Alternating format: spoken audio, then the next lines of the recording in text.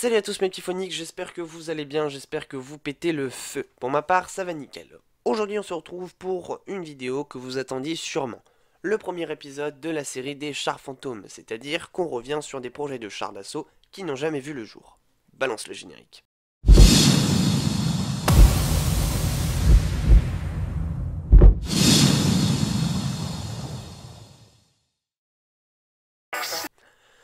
Pour cet épisode, on décolle et on prend l'avion pour se rendre au Japon durant la Seconde Guerre mondiale. Le colonel Iwakuro du ministère de l'armée du Japon a décidé de lancer le développement de chars lourds pour faire face aux blindés américains comme le très connu M4 Sherman. Même si le M4 Sherman n'avait qu'un canon de 75 mm faible vélocité ne mesurant que 3 mètres, il était largement au-dessus des chars japonais de l'époque, notamment comme le type 95, autrement appelé le Hago, qui fut fabriqué à plus de 2000 exemplaires et qui ne possédait qu'un canon de 37 mm, ainsi qu'une cuirasse frontale de 13 mm, contrairement au M4 Sherman, qui lui possédait une cuirasse frontale de 50 mm. Un projet de char lourd est alors immédiatement pensé, le OI expérimental. Je vois de loin les haters qui vont me dire « Oui, mais attends, tu dis de la merde, tu dis que ce char fut créé pour lutter contre le M4 Sherman, alors qu'on sait tous que les États-Unis, en 1939, ne sont pas rentrés en guerre, et qu'ils ne rentreront en guerre que le 7 décembre 1941, après l'attaque de Pearl Harbor. » Il faut savoir que ce projet a été réalisé par la société Mitsubishi, que vous devez sûrement connaître. C'est pourquoi le véhicule est devenu le Mito, c'est le cas de le dire.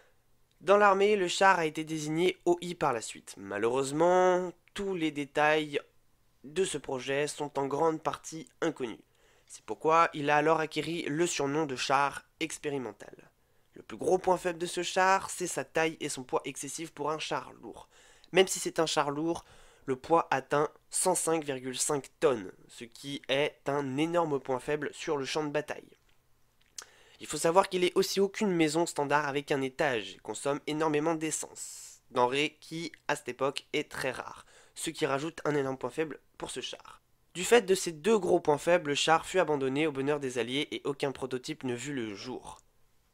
Voilà les amis, j'espère que ce premier épisode vous aura plu, il a été assez court, mais en même temps, j'ai pris les infos essentielles sur ce char, sachant que comme je vous l'ai dit un peu plus tôt, très peu de données sont sur ce char.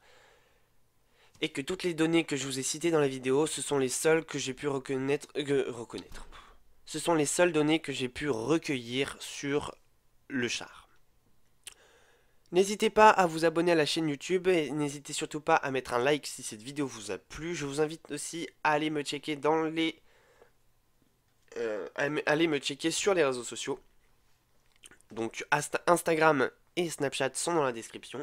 Je vous dis à la prochaine, je vous dis à la semaine pro pour une prochaine vidéo. C'était Phonix Fire.